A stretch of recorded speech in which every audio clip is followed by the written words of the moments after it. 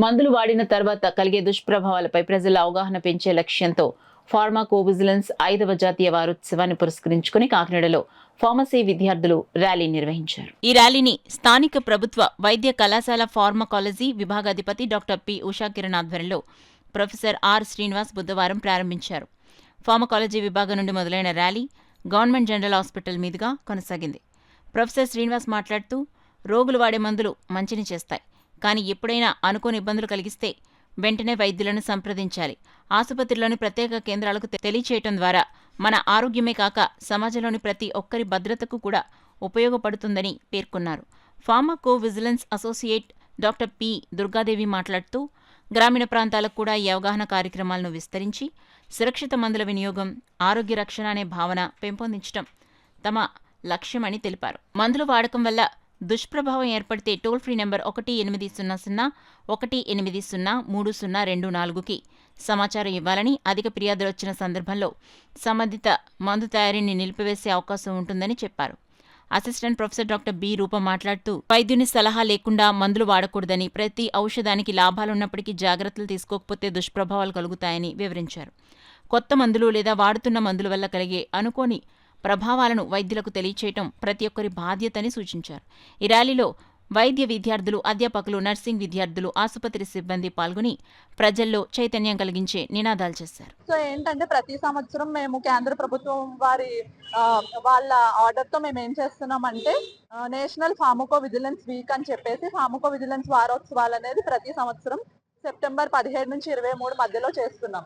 So ఈ వారం అంతా కూడా మేము ఏంటంటే జనరల్ పబ్లిక్ కి, అలాగే పేషెంట్స్ కి, స్టూడెంట్స్ కి, పంచాయతీస్ కి, హాస్పిటల్స్ కి, యూపీహెచ్సిస్ కి, పిహెచ్సిస్ కి వాటన్నింటికి వెళ్ళి అందరి దగ్గర కూడా చెప్తాము ఎలా రిపోర్ట్ చేయాలి, ఒకవేళ మందు వల్ల ఏమైనా సైడ్ ఎఫెక్ట్స్ వస్తే కనుక మనం ఎలా తెలియచేయాలనేది చెప్తామన్నమాట. సో ఈ వారం మేము చేసే దాని యొక్క ముఖ్య ఉద్దేశం ఏంటంటే గనక ఏమన్నా మందుల వల్ల సైడ్ ఎఫెక్ట్స్ వస్తే గనక డాక్టర్ కి నివేదించాలి.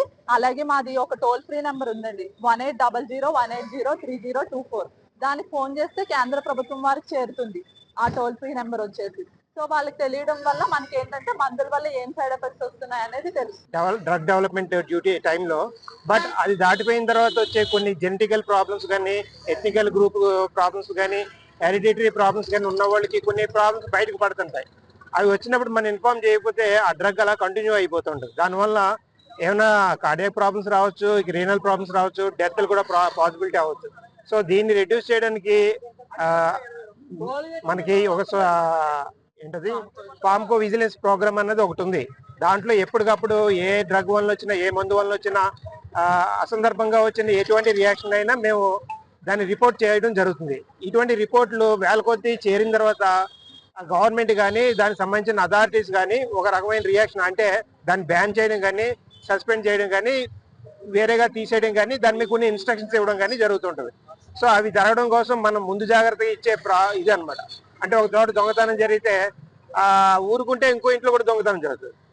ఎవరైనా ముందు ప్రివెంటివ్ గా దాన్ని పోలీస్ రికార్డులోకి తీసుకొస్తే they will look on to that. Like pharmacology department.